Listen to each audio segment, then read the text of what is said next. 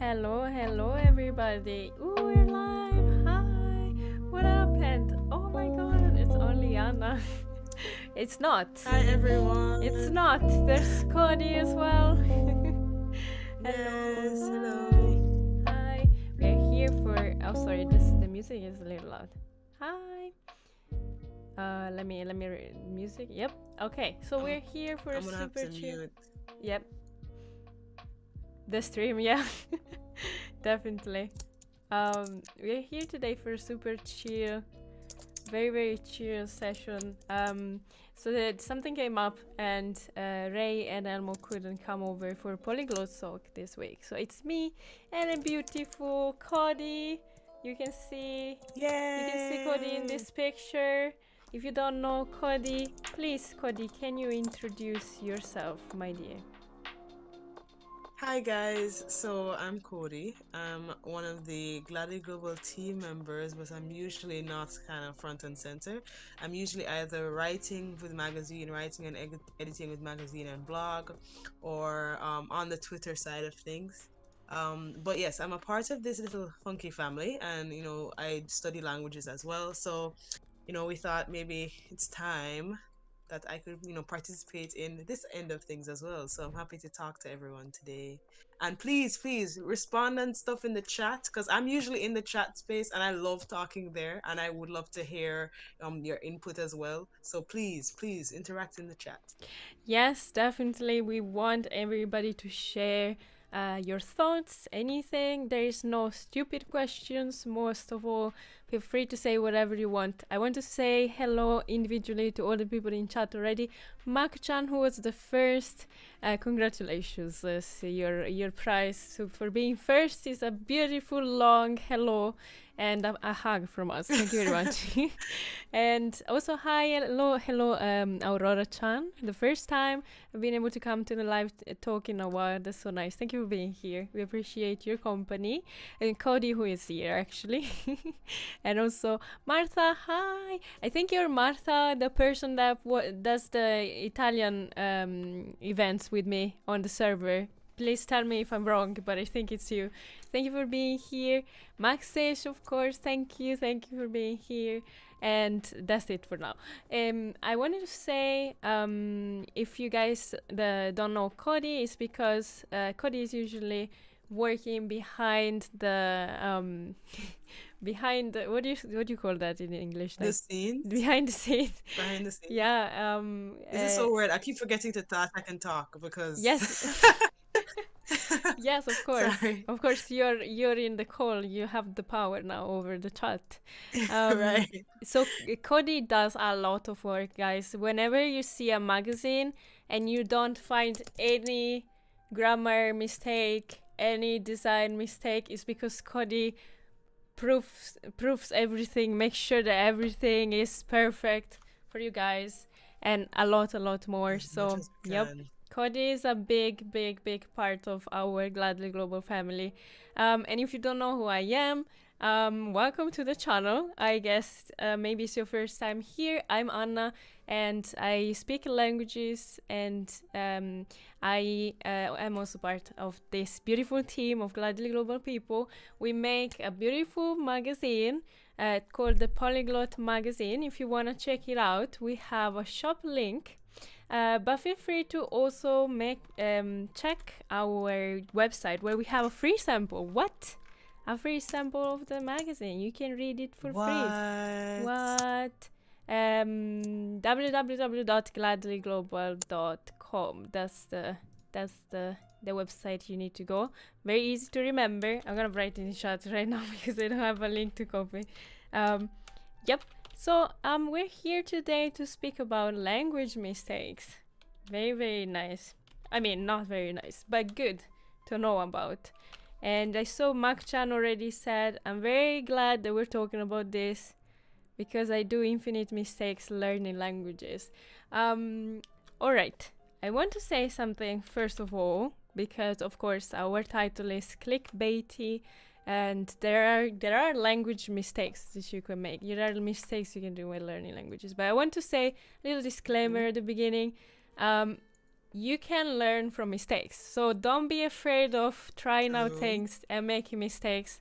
It's part of the process. We are here to speed it up maybe a little bit for you, but every person is different. So keep in mind that maybe the things that work for us don't work as the same way for you, and vice versa. So just a little disclaimer I want to say.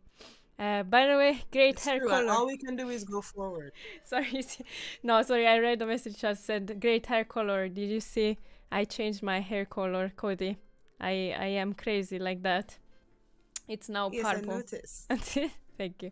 Hina-chan is here. Hi! Yay, new magazine. Yes, we have issue 8 of the Polyglot magazine came out last month, and it's the Masterminds edition. Cody, do you want to speak about what we talk about in the new magazine?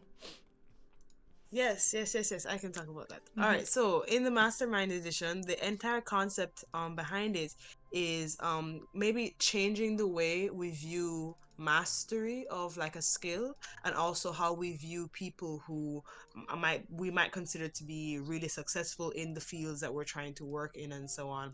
So it's kind of bringing those 2 points together, and so that we can actually have more constructive relationships with our ideas and our goals, but also with people we admire as well.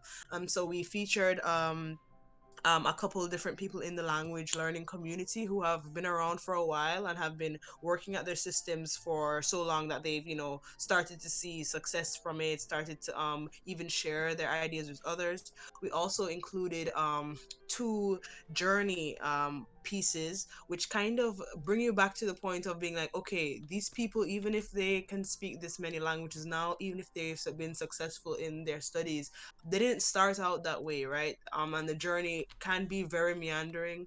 It can lead you to places where you don't even expect, and you can really get you can profit basically from following the path, instead of like trying to map it out all from the beginning and trying to control everything along the way. um and yeah, so it's as with all of our magazine issues, where we try to present, say, a relatable topic that, and maybe hopefully by the end of the issue you're able to change your perspective as well. Plus we try to give you some tips on how that change could come about, on Yes. top of all of that. So yes. And we also have things like recipes and a printable that you can use to kind of Right. interactively think about your language journey. So make sure you check it out. Here's the cover made by the beautiful and amazingly talented Natalia at Natalie Uni on Instagram. She makes all our covers recently, so you can find her art inside as well. Okay, that was a Yes. big tangent we went on there, but we work hard on this, so it's good to talk about it. It feels nice. It's a good project.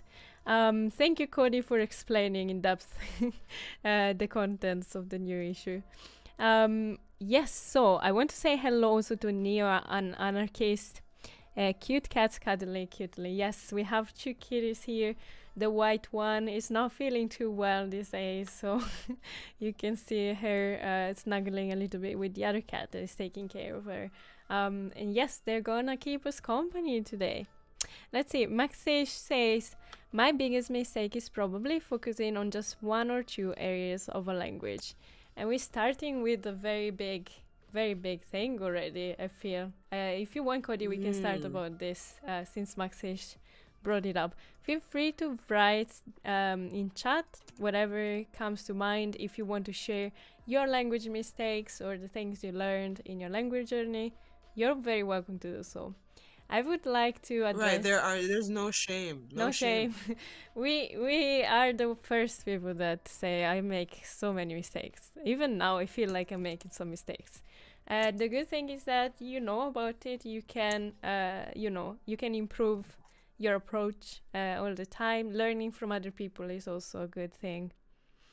Mistake, I do subtitles. Okay, well, let's start with what Maxish said first, because I think it's a very interesting comment. So if you don't understand completely what Maxish is saying, focusing on just one or two areas of a language, I assume you're meaning like listening, speaking, writing, reading. So maybe you just focus on listening and reading, and doesn't you don't practice as much speaking or Mm. writing, like more active skills, let's say. Um, Right, right, which is right. also very interesting because it brings up the printable that I made for this magazine, right, Cody? I feel like, yeah, I was called out on that one. Um, the printable that we made for this magazine, just just saying, but it makes you reflect on which areas you should work on learning your language, or like your target language, I mean, or the specific things you should do to achieve your goals in specific areas of learning a language. Um, I th- Yeah.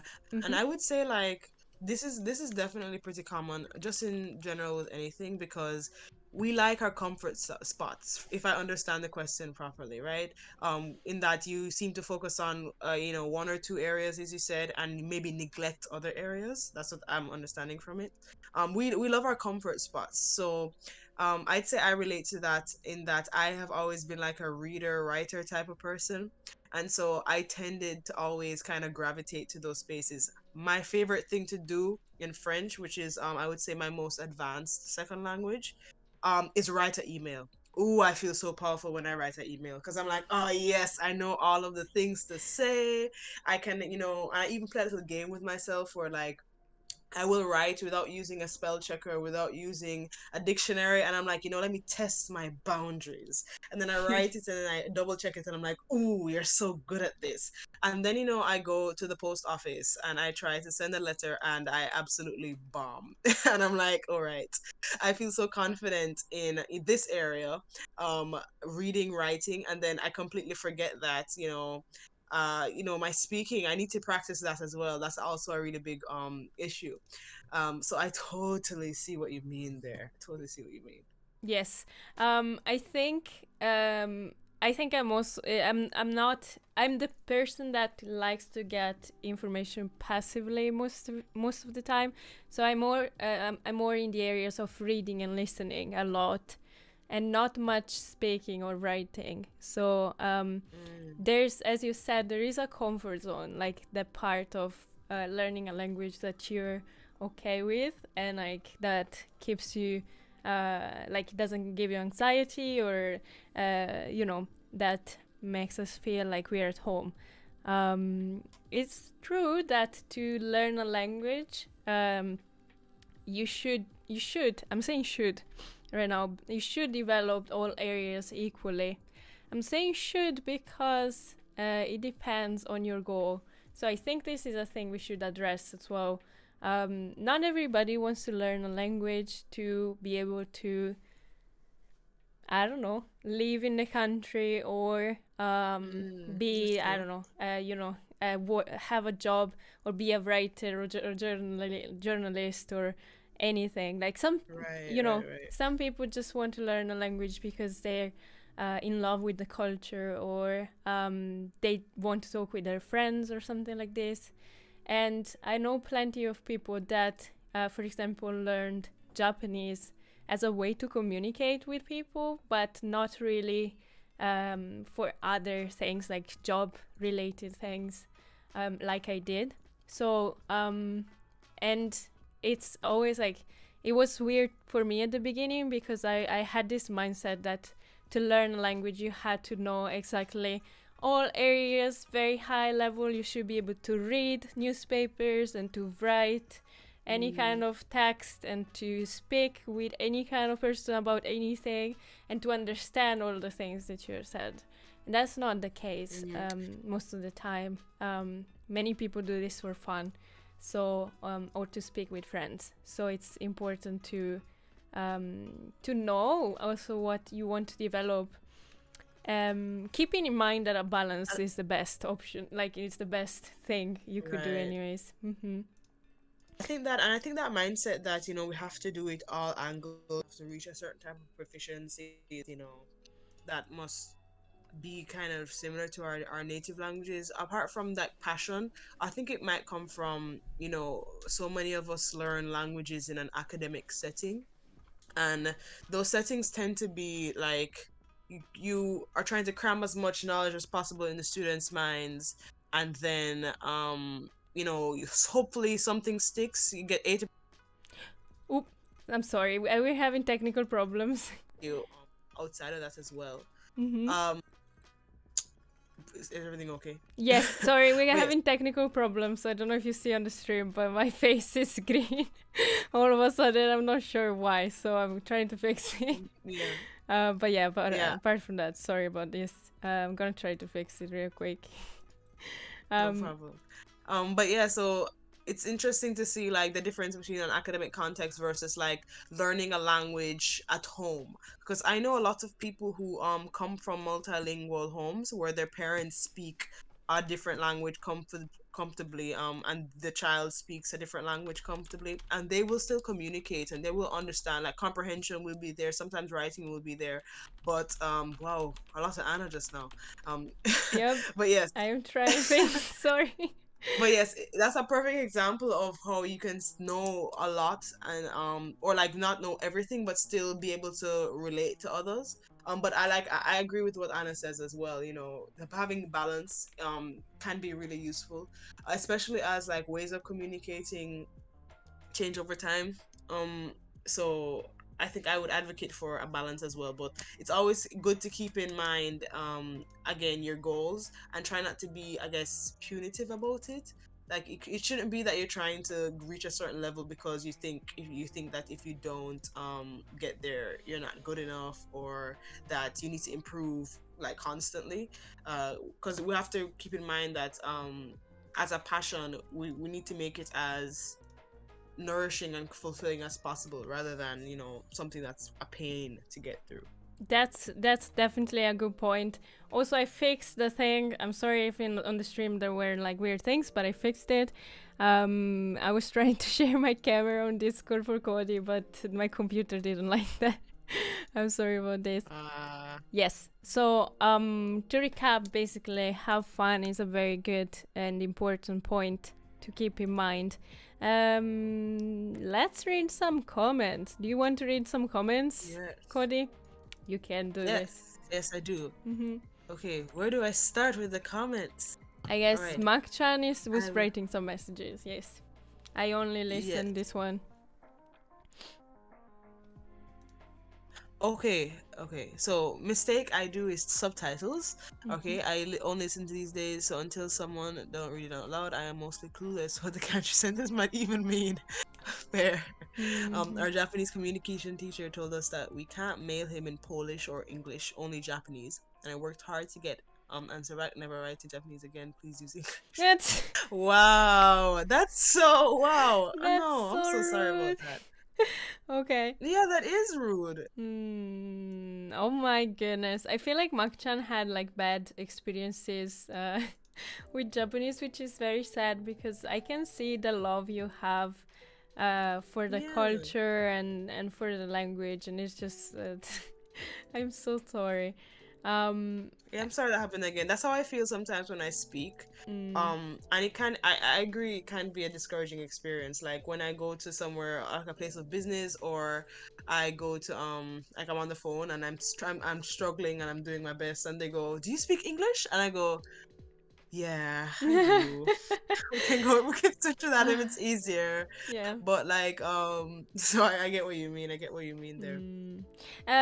It's also interesting to me because you were saying I only listen to things, so when I look at the kanji, it's very hard to understand what they mean, and that's like the most like it's almost like a proof of what we were saying, that we need a balance of the learning areas. So you cannot just listen and think you will be able to read. Of course, there are two separate parts of the brain that are working there. So Right. a good thing would be to try to read out loud maybe at the beginning to help you, Like kind tie of it connect. together. But yes, definitely, especially with languages that have characters like Japanese or Mandarin, it's very hard to read. So it's a skill that has to be practiced a lot. to this day, I cannot read in Japanese fluently. I feel like it's something that you need to keep doing all the time, or it's gonna like kind of fade away. I can still talk in Japanese perfectly fine, but I cannot read, which is interesting, definitely. I would say probably tying tying what we're saying to one of my mistakes. Speaking of this, I think one of the things that I always do, I'm using the present tense here, is that I I tend to like get very enthusiastic and make a big plan for my language studies, Oh yes. and then I have these big motivations for like maybe 2-3 days or a week, and then real life kicks in, and I don't have as much time anymore to do the same things over and over, maybe, or like learning the language. I feel like it's too much for my brain some days, and I tend to like have these curves of up and downs learning languages, and I feel like this is something that is bound to happen kind of to everybody, because there's no way that you can be constant every day doing like It's true. a bunch of stuff, unless, I mean, there are people that have like 1,000-day streak on Duolingo, honestly. So maybe it's me, but I have a friend that actually has 1,000-day link. Sorry, not link. Yeah. Streak on Duolingo. So yes, it's possible. It's possible, I guess. Yeah, I don't know. Like Duolingo can be also kind of like a passive learning thing, in my opinion. Right. It doesn't like it can maybe You sometimes can just do it to do it. Yeah, it's like the way I don't like Duolingo is because there's a lot of translation, which is a separate skill, by the way. So you have listening, speaking, reading, writing. Translation is another thing altogether. So when when you're practicing translation with Duolingo, it might touch other skills, but it's something different. Especially with Duolingo, I always translate from English into English to my target language, and it's just very confusing to me. So that's why I don't use Duolingo, by the way. But maybe it works for you. I don't know. I still think you cannot learn a language only with Duolingo, anyways. So nothing bad using Duolingo, a little bad using only Duolingo, if you know what I mean. Makshan just wrote. Yeah, it's Makcha. One Duolingo in Japanese Sorry, that gave was me my... ability to read fast the hiragana and katakana, but not much more. Yeah, I mean... Right, that does make sense, because you have to process, like, looking at the screen, you have to process things. What do you guys think about Duolingo? Do you think that it's a language good thing that happened to you, or a language mistake? For me, I vote for mistake, for my experience, honestly. I would say for me, related to the idea of doing too much, or like having like creating such a big plan. For my thing is that I would just, when I got like excited, I would just dive and pick up 3 million resources and try to use them at once. My mom, she's so supportive. I remember where she was working at a place, and they had like printers and stuff, and I would make her print out my textbooks. I would get them online, like digitally, and then I would ask her to print them out so I could write on them. And so at home, I just will find like whole textbooks of like grammar textbooks, like all sorts of things you can imagine. And I remember, like, in the moment it's so exciting, but then really and truly it's just my impatience, because I feel like after I do like I said, after I do a grammar rule or something, I'd be like, I've got it, I want to move on to the next thing, I want to be able to connect all the dots and have the sentence. And that was definitely a mistake, because what that did is it just kind of overstimulated me. And it's a case where, okay, I would take up all this information now, and then maybe I would burn out and move on, and then when I come back to the language, I'll be like, oh wait, I remember that part vaguely, but not in a way that was as constructive as I would have maybe liked. Yeah, it didn't stick, So you that's mean? what. Mm-hmm. Right, and the same thing with Duolingo. Like I get so motivated and I do like so much in a day, Yeah. and then I'd be like, tomorrow maybe Yeah, not. we were talking about this, right? I was saying the same thing. This like curves of big motivation, and then Mm-hmm. again maybe for a different thing, you know. Um, so language mistake in a way that it would be better to kind of govern this motivation waves and kind of like um, how to say it, like spread the energy throughout different days and for a long period of time, right? This is what should be done. I'm not saying that I am able to do that. I'm saying it's hard, but that's should be the best scenario. Let me see, Yeah, Maxis. maybe in Yeah. place. Sorry. Oh, No, sorry. no, you Go. go. Okay. I was saying maybe in place of that, because we're still gonna have the energy. Mm-hmm. And looking back on it, maybe what I could have done better is I could have say going back to the grammar point example, if I was so excited about learning more and doing more with this grammar point, maybe I should have found different ways of interacting with the same thing to keep it stimulating instead of doing the same thing over and over. So I didn't get the boring feeling of, okay, I've already done this chapter or I've done the exercise, let me go and do another exercise, right? So rather than trying to take on more information, but try to find the ways to solidify the information that I just, do that. Mm-hmm. Yeah. Mm-hmm. Yeah, I see what you mean. Mm-hmm. Definitely, it's also one thing to like be. Oh yes, I know I should be doing that, and then actually doing that. I feel like sometimes we feel like yes, I know exactly what I should be doing, but then actually like practically doing it can be harder than we think. Maxish also got 30 days on Duolingo. I think my longest streak is like 6 days or something like that. With there are the things to like freeze your days as well, so that was involved as well. So not very proud of my streak. Maxish said it had me wrap my head around the sounds of Spanish. Also, yeah. Sorry, I said this many times before, but Duolingo is good when you first start learning a language to kind of get an idea of the sounds, definitely, and to learn some random vocabulary. Sometimes it's a little bit too random. Like, I still don't understand why I know how to say turtle in Swedish, but I know how to say it. It's 𝕎𝕖𝕣𝕣𝕖, just saying. But definitely not in the long run. So keep that in mind.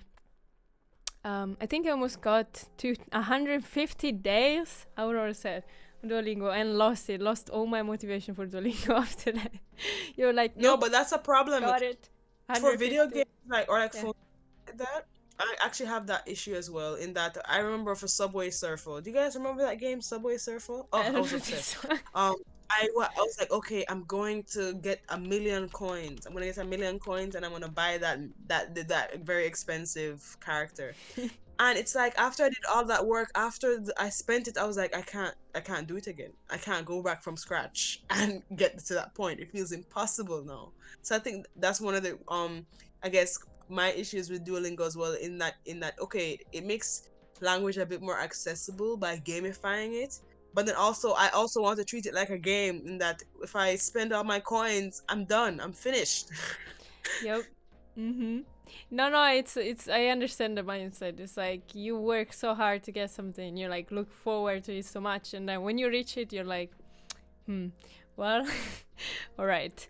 I guess we're here now, and it's hard to find the same motivation. This is also true for other things. I feel like this also touches the theme of being motivated to learn language.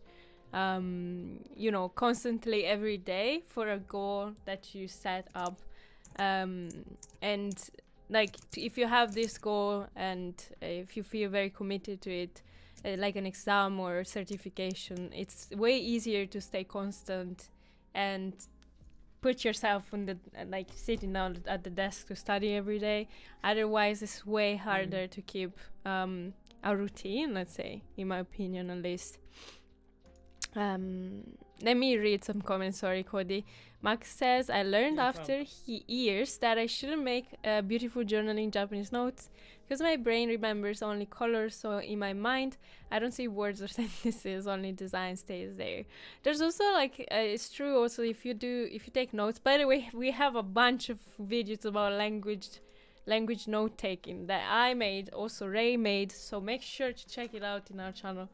Just saying.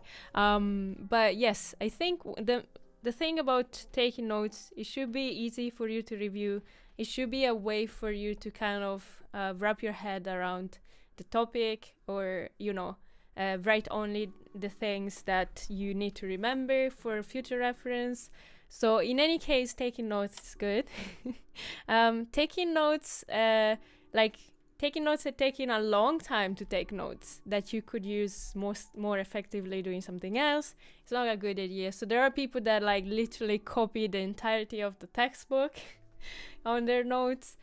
Yes, it can be a way of studying, but it takes so long. It's pretty, but I don't know how much it helps you in the long run. You know what I mean? I am also guilty of that one. But we don't talk about that time of my life. They weren't pretty, but I used to like write everything down. To be fair, for me, Yep, used to waste a lot of time doing that. That's a big mistake for me. yeah, I feel like because I learn by writing a little bit, more than that by writing, by looking at the things that I write, because I have very visual memory. So so I used to like write a lot, but like in time you learn how to be more concise, to write only the things that you actually want to remember, and to kind of filter out the information that you don't need. So so yes, don't copy your textbooks in your notes because it's too much time, man. Ain't nobody got time for that. And then Sorry. Yes. sorry, it's hard for me. It's because of the lag on the YouTube. I'm like, oh wait, is Anna speaking still? What's going on? Sorry. I'm sorry, I tried to turn Um, on the camera, but then the stream destroyed itself, so I'm not trying. right. I get it. Yes. I see a note from Maxis right here. Oh yeah, learning passively by taking notes is a mistake I used to make. I have something related to this, but not exactly that. In that, I also relate to what you said, Anna, about taking like a mile of notes, which might not be as useful as you'd want it to be. But one thing I used to do in French class, and my teacher, asked me about it, was she asked me why didn't I take my notes for like French lit and French in general in French. And I was like, why would I do that? Because I'm trying to take notes so I can have as much clarity as possible. But then she was explaining how, it's really what you're doing is translation in that moment, because, all right, you hear the information that is being taught in French. You're going to translate it to try to convey it into your book, instead of kind of trying to use yourself as a conduit of the French, right? So just like how when you're in a conversation, it comes through your ear, you respond through your mouth, kind of that type of thing. So it's coming through your ear, so respond, or record with, with your hands. And I wish I did more of that when I was actually in a structured and French learning environment, because I can see how it would have been beneficial even towards like taking note of like turns of phrase, like how to phrase something. Yeah, so that's a mistake I definitely think I made. I just in general not taking as much advantage of my structured learning spaces as I could have. Yeah. I love the expression. I'm writing it down so we remember. We can share it on Twitter later. But you said use yourself as a conduit for the language, and I love this so much. You said like let the language flow through you in a way. Maybe not these exact words, but I like this very much because we always think like as language just something separated, because usually it's a different country, a different culture, and different habits, maybe, I don't know. And I feel like I actually started being passionate about learning languages when my brain had like this little switch was turned of thinking that any other language is not very different from my own language. Like, people use language to communicate, you know. And I felt this Right. that you said, like, language is not something that is outside of us. It goes through us, right? And I also feel like, as you were talking about taking notes, I think I used to take notes in 3 different languages. Like, sometimes a Wow. Japanese word would come up and I would write it in Japanese while I was taking notes. Italian, English, anything that would come up to mind. There's a bunch of videos on this channel where I mentioned that, by the way. And I think it's a freeing process of being like, okay, I know that, you know, usually when you use language, you're talking with a person that speaks only that language, maybe, or you're in an environment where you need to use only one language. But how much enjoyable it is to actually be free of expressing yourself in all the ways you can. And so I like this expression very much. I just wanted to say that. Yes. Well, this is the quote of the stream. We always have a quote of the stream, by the way. And I will ask you, but maybe Cody, you can auto post it by yourself on the global channel if you. Yeah, but however it works out. I want to bounce to another language of stake. I think that I want to mention. Yes. Getting complacent or on cultural stuff and coming off as rude. That's one thing I encountered in coming to France, because I'm from Jamaica, but I currently live in Paris. And I was at my workplace, and I was in the cafeteria getting food, and I basically had my French journey is a big struggle. You can actually go and listen to a podcast, a recording that we had made for the Gladly Global space. You can go check out that episode that I'm in, where I talk about that in a bit more detail. But basically, a lot of my French journey has been pure survival mode, trying to get the exam done, trying not to fail, and doing as bare minimum as possible, not because I wasn't interested in the language or interested in progressing, but because I was just doing too much in life, right? And so what that led to now is that I have come to this place of like half fluency, where there are lots of tiny little things that I just didn't tend to well enough earlier on in the journey, but then I can still make my way through. Like, I could talk to anybody on the street right now and convey my idea. It's just what might not be as elegant or as complete as I'd want it to be. But basically, that extended to things like politeness. So I was asking basically what type of food it was that like a certain dish that they were serving, and I said, "C'est quoi ça?" And looking back at it now from like a more mature place, that's like, you know when there's kids, you have to teach them how to be polite. And they'll go, instead of asking politely, they just be like, "What's that?" That's basically what I did. And in that moment, she just looked at me and she said, "Non, c'est pas ça. Qu'est-ce que c'est comme plat?" And she corrected me. And I felt so ashamed. I was like, "Oh no, I must have come off so rudely." But she was nice about it in that she didn't, she obviously knew that I was a foreigner, and I was getting used to that.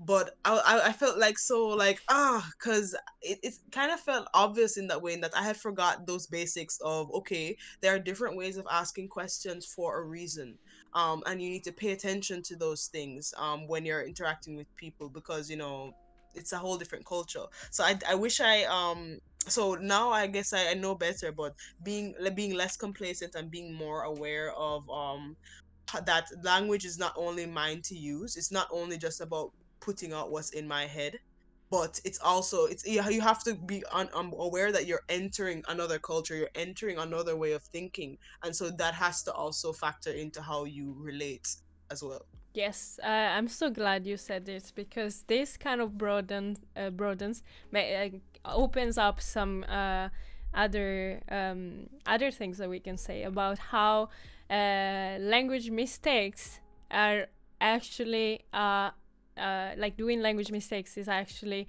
a way to learn language. It's probably the most Right. effective way, right? Because will you ever forget? Will you ever forget this woman telling you, correcting you when you said that in that cafe?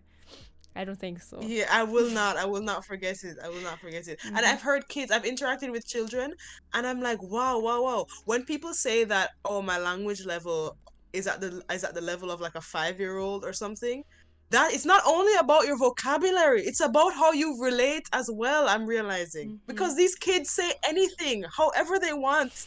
But I'm not a kid anymore, and no one's gonna think it's cute. So I have to change. True, true. That's how it works. Unfortunately, we're grown ups. We cannot Right, just be curious. Of course, like there are environments you can create where you can be right, true. where you can test your limits as well. I remember that I was doing that in Japan with a group of friends I had.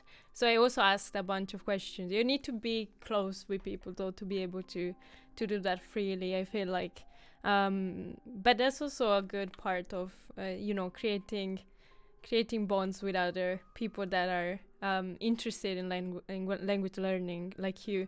I feel like people like us, we understand, we know the struggle, you know what I mean? So it's good also to surround yourself by people you are comfortable with in that way. um, let's see. Maxir says, making mistakes is important, but you need to be corrected, then learn from these corrections. Yes, sure. I, Yeah. you know what happened to me once?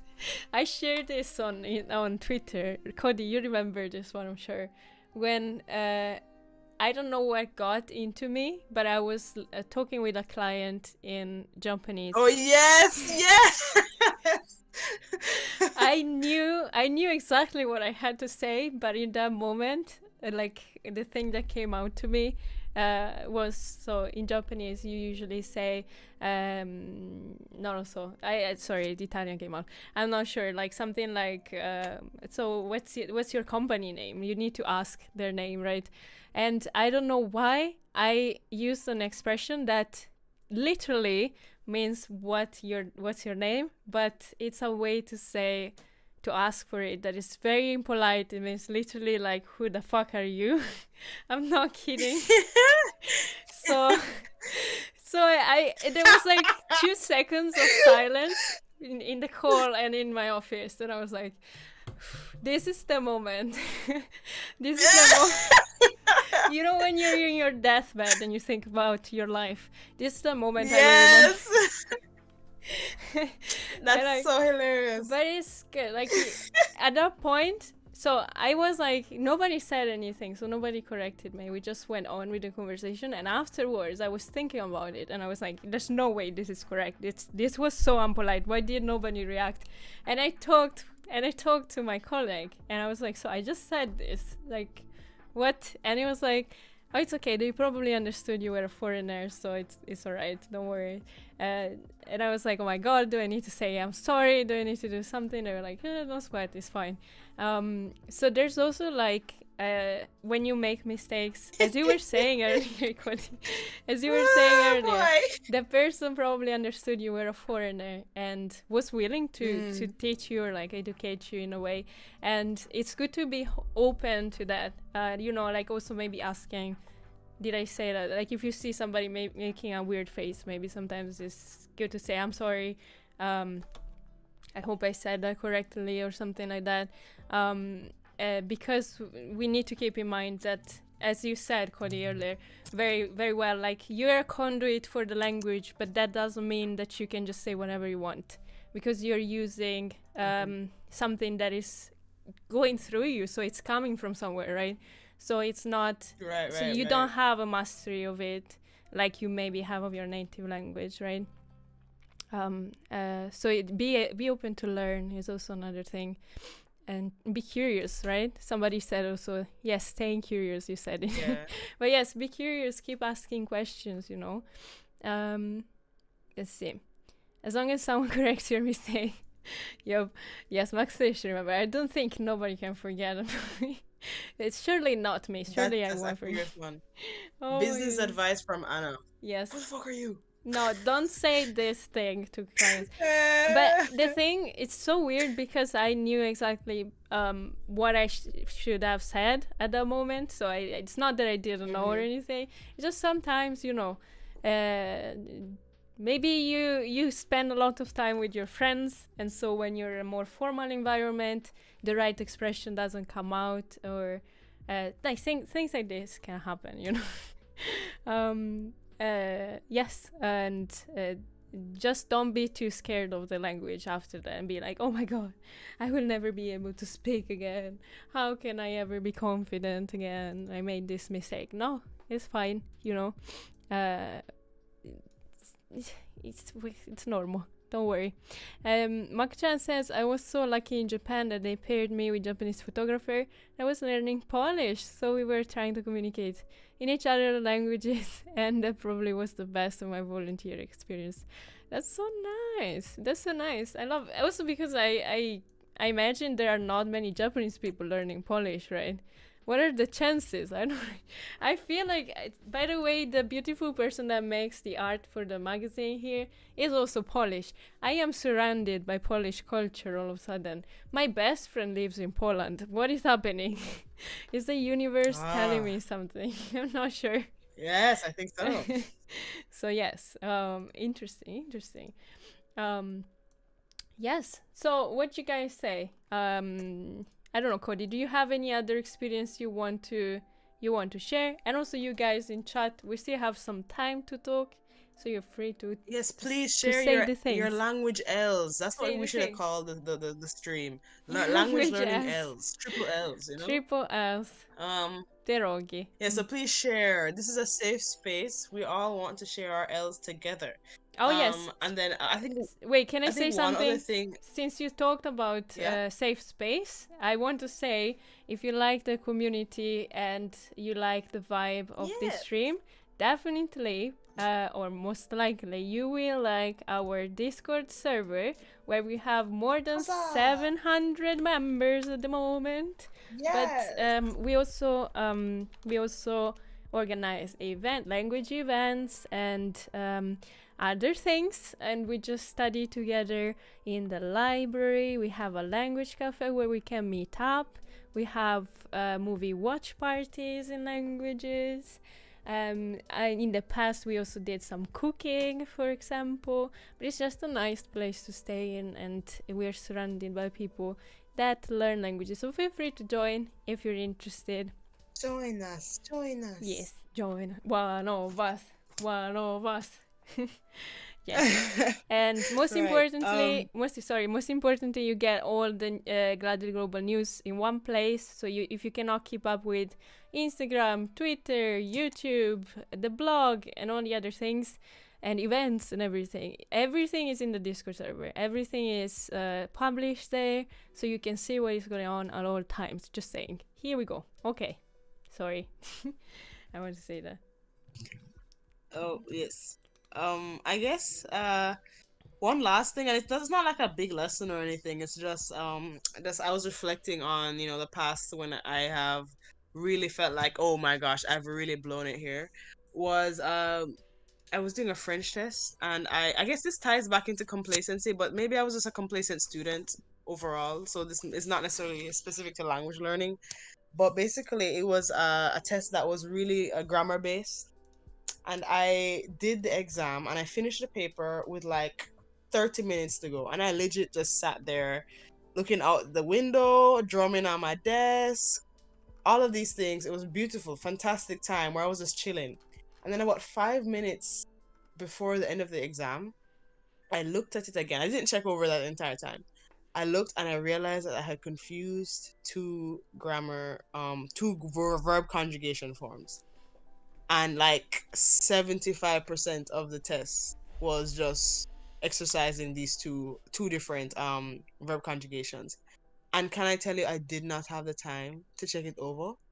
I was so devastated. I don't think I'd ever like failed a test that badly in my entire life. I am And that feeling the teacher, she pain. didn't like me at that moment because I was a skylark in her class, and so I just be like, just doing my own thing, reading or whatever. And so I couldn't even like intercede for myself. I just had to like swallow the L, and I was so, oh, it was so terrible.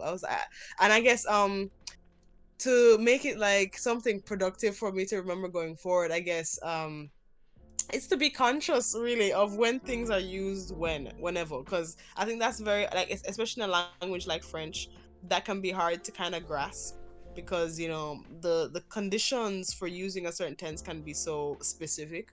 But man, it really pays to just you know pay attention the first time, or take the little pains before they become big pains. Like with grammar, it might suck right now, and you don't want to like invest the time into, say, learning that vocab, or like distinguishing between the different conjugations properly.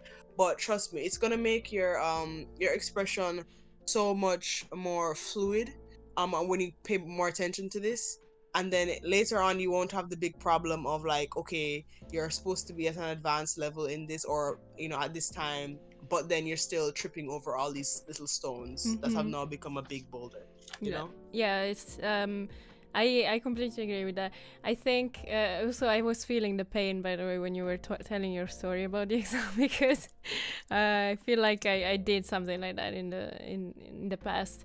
I want to say one language learning mistake that I didn't make was what Cody was talking about, which was learning a bunch of grammar, which, as you said, there's also like mixed opinion about this in the language learning community, because there are people that are more about learning, how to say, like passively by people speaking. So grammar is kind of like a structure that is too rigid for how actually communication works, etc., etc.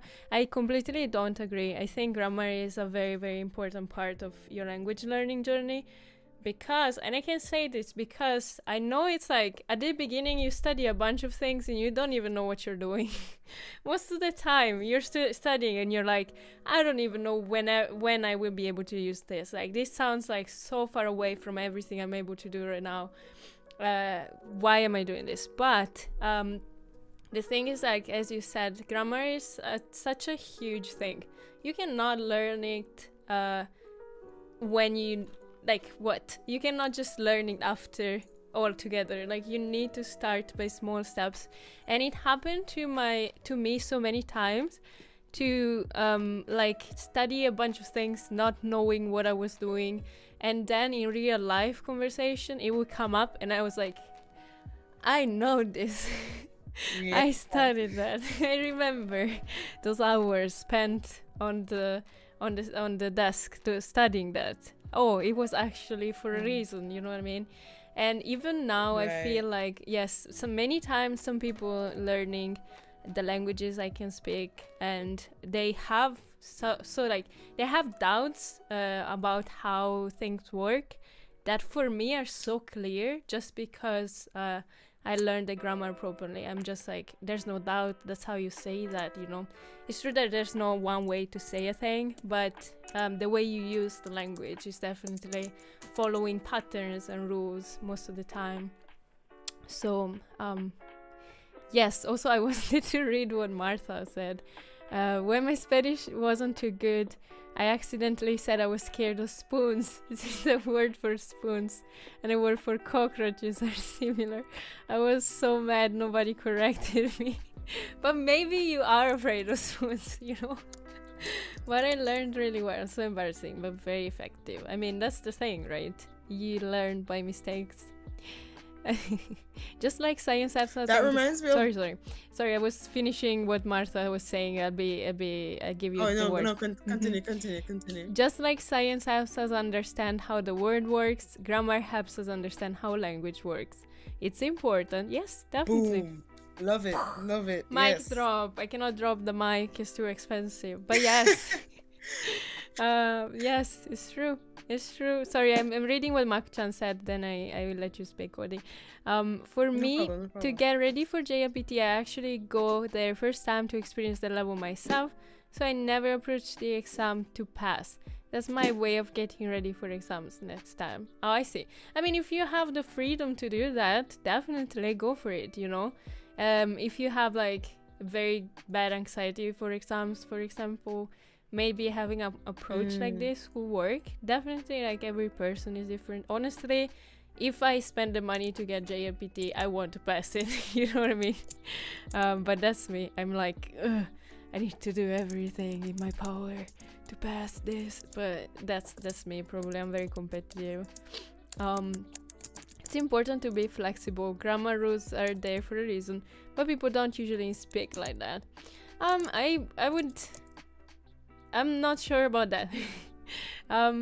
Yes, no, people do speak like that. People do change speech a lot when they're speaking because there is slang, there is people that don't know the language very well sometimes. I'm talking for Italian. I'm thinking about Italian right now. There are so many Italian people that cannot speak Italian. And the fact that they don't speak Italian properly doesn't mean that you should. Just saying. But yeah, definitely if you want to connect with people in that way, yeah, you're free to do that. As an Italian teacher, I was thinking how many people you find that cannot speak the language online, on YouTube, for example. I guess there's probably English people like that as well. Sorry. Right, yeah, and I guess to that point, it goes back to your goals as well, because different registers would be required in different spaces, you know, like again, going back to like maturing in language learning. One of the things that I know is really it tickles you really nicely, you know, when you're learning in French, and you know you find out that instead of saying we, a lot of the French youth, they say we, right? Like so we instead of we, right? Like exactly like that. And that's pretty cool until the moment you're like, you know, in like a very formal setting, and you kind of make the connection that, you know, in this very, like, I guess, stodgy space where, you know, you want to be formal, you want to be respectful, you've been responding to all of the questions with yeah instead of oh yes, I agree or something like that, you know. So I guess it depends on your goal because if you're say learning languages to communicate in a more casual setting, you don't necessarily need to know all of, you know, the bells and whistles that you need to ding in order to come across in a certain way. However, if if you are trying to say do business, or if you're trying to operate in a space where you're trying to gain the confidence of, say, someone else, right? Like if you, like I mentioned business earlier, or if you want to be a teacher or something like that, where you want to show a person like, hey, I can be, you know, I can be chill sometimes, you know, but I can also be, I guess, quote unquote, more serious in this way, however that, you know, applies to the situation. It can be good to have those other skills. So again, it's like you said, we have to be flexible, and we just have to be, and like Anna said, we have to be mindful of our goals and what that means for how we study and how we present ourselves. Yes. I think like there is a level of grammar that you might not need for your goals. So what I mean is like definitely if you don't want to become a journalist in Swedish, you don't need to know some type of grammar. But even to talk with friends, you need to know the difference with between a present tense or a past tense, of course. Like this is grammar as well, like being able to conjugate verbs and then, you know, in the right tense, for example. So definitely it's a very important thing to know. And also, as Cody said, the register. Don't tell your clients who the fuck are you, like I did that time. So yeah, do these things, especially if the language and the culture are very far away from your own. It's very important. Like it's better to be rigid than to be unpolite sometimes, you know. So so that's the thing. Also, Martha was saying descriptive grammar, the difference between descriptive grammar and prescriptive grammar. Yes, I hear this a lot from I feel like a lot of people from the American continent speak about this. I never heard like this distinction here, because I feel like we think about grammar in a more like generic, mixed way, in the sense that there is grammar, there is structure, and you need to follow it. But also it changes. It changes in a way that new things can be created. We have an association in Italy called l'Accademia della Crusca, which actually something very cool happened recently, that we created a new word because a child sent a letter to them and was like, is this word accurate, because my teacher said it's not a real word. And the academy said, it's true, it's not a real word, because to be a real word, many people should say it, like all over Italy. Everybody have to use it for it to be a real word. And it became famous and everybody started saying that word. So now it's actually a real word for the academy. So like these things happen, and it's good to be flexible. At the same time, there are some things I would like for everybody here to be able to speak Italian, so they could understand. But there are some very crazy things some Italian people say that are not correct at all, and they're just it's just not how the language should evolve, because it's a way to that is very confusing, and it doesn't express exactly what it should be. So it's also like this thing. Of course, you can say like very beautiful, or you can say terrific. Of course, you're saying the same thing. Of course, saying very beautiful is the same as saying terrific in some ways, but it's not as rich. And it also depends on how much you want your way of speaking to be rich, to be full of expressions and new things, and of course you can just use the basics and it's no problem. But I feel like everybody experiences this differently as well. What do you say, Cody? I talked for a long time there. No, I agree. It all depends. It's very it can be subjective at times. Yes. But yes, I tend to have like kind of an academic view on language, because that's how I learned most of my languages. But I definitely am for a very friendly approach, and just doing the things that you want to do, and I understand how that benefits many people in their journey. Let me read some comments. Sorry, Mak-chan says, actually on my very first JLPT I was sitting with some younger than you Japanese way better than me, so I imagine her face when I asked her, Mondai isn't Monday, because it's in each question. Oh my goodness. Okay, Mondai means question or exercise or at the beginning, or question one or something like that. Interesting. Perspective grammar isn't really grammar, but merely a set of rules on how language ought to be used. Those rules generally work well in informal writing instead of speech. I see, yeah. There's also this thing to say that formal, like the written language evolves way slower than spoken language. So the way you write is very different from the way you speak a language. That's also why it's good to separate the two when you're learning, definitely. You can write like you speak, but I don't think you can speak like you write, honestly. Actually, that would be very interesting as an exercise, to start speaking like you would write sometimes. Sorry, I digress. Let's see, we had this horrible situation on the listening part of N5.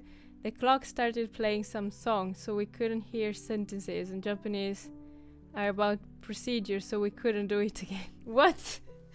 I cannot believe that. Well, that's a mistake on the examinator's part. Yeah, they should have just given you all an A for that section. Yeah, no, I don't think. Yeah, I feel like I can see this happening. Not your fault. I can see this happening, and because you can listen to it one time only, I think, So so they would have had to they would have had to play it all over again, and that was against the rules. So I can see that happening. But honestly, you should have crossed out that part of the exam.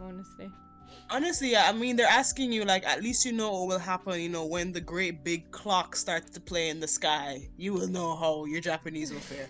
Like, like what? Yeah, I guess though it's it's one of those things that are like, you know how like in real life sometimes you speak with a person and there's somebody shouting in your ear, or there are like bells ringing or something like that, and you're like, you're never in a comfortable situation IRL, like in real life as well. You're never in a comfortable situation when you're talking with somebody usually.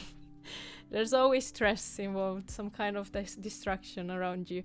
So I guess you got a proof of what actually listening for like listen to Japanese language in real life is like. At least, sorry, I was trying to lighten up the mood a little bit about that. But that's crazy. I'm sorry that that happened to you. Let's see. Martha, having done enough transcription, it's insane how we understand each other when we speak. It's nothing like written at all unless it's very formal. Yeah, it's true. It's very interesting. That's why it's also very, very, how to say, it's so engaging to learn like different types of speech, different areas of language. I mean, because it's so different. There are so many things that you can learn all the time, right? Yes. Koni-chan, do you have anything else to say? Otherwise, we can start to wrap up, because it's for. No, I don't think I have anything to say. Thank you for listening to my L's, guys. I feel so supported, and I hope that we can continue these conversations in our Discord server, and on the Twitter, and on the Instagram, and in the YouTube comments. Oh yes, the Twitter. Sorry, it was interesting to me that you said the Twitter. Yes, the Twitter. Follow the Twitter. Let me send you the link so we can have it. Find all of our social. We have a Beacons page, by the way, here. You can find all our links here. Twitter, Instagram are also there, so you can click on there and see all the things that are going on. Save this page in your favorites. and visit us sometime. I wanted to just remind everybody that issue 8 of the Polyglot magazine is out and about, and we have beautiful printable inside recipes, poetry, articles from various important people from the community that explain their own journey learning languages and give us tips on how we can effectively become the polyglot or not, the multi-language speaker. English is abandoning my brain, that we want it to be. So make sure you check it out on our coffee shop. Just saying, we also have printables there. Very cool. Aha, printables. I made them. Make me happy. Get your printables, right? Maxish got one this week, and I was so happy. So thank you everybody for joining. Am I missing anything? Cody, what do we say? Check out all our videos in the YouTube channel. Yes, more please. is coming, I promise. And if you have any more ideas for things you want us to cover in the future, please drop a comment, give us send us a DM or something. Right now is fine. You guys as well. Yes, write to tell us. We have a suggestion channel in our Discord server, but also if you write us a DM or right here right now in our chat, we're gonna listen to you. You're important in our community, of course. We're all here to learn together and have fun. So make sure you check out everything, and you put yourself in the community, because I think it's very nice. Honestly, I'm also part of it as a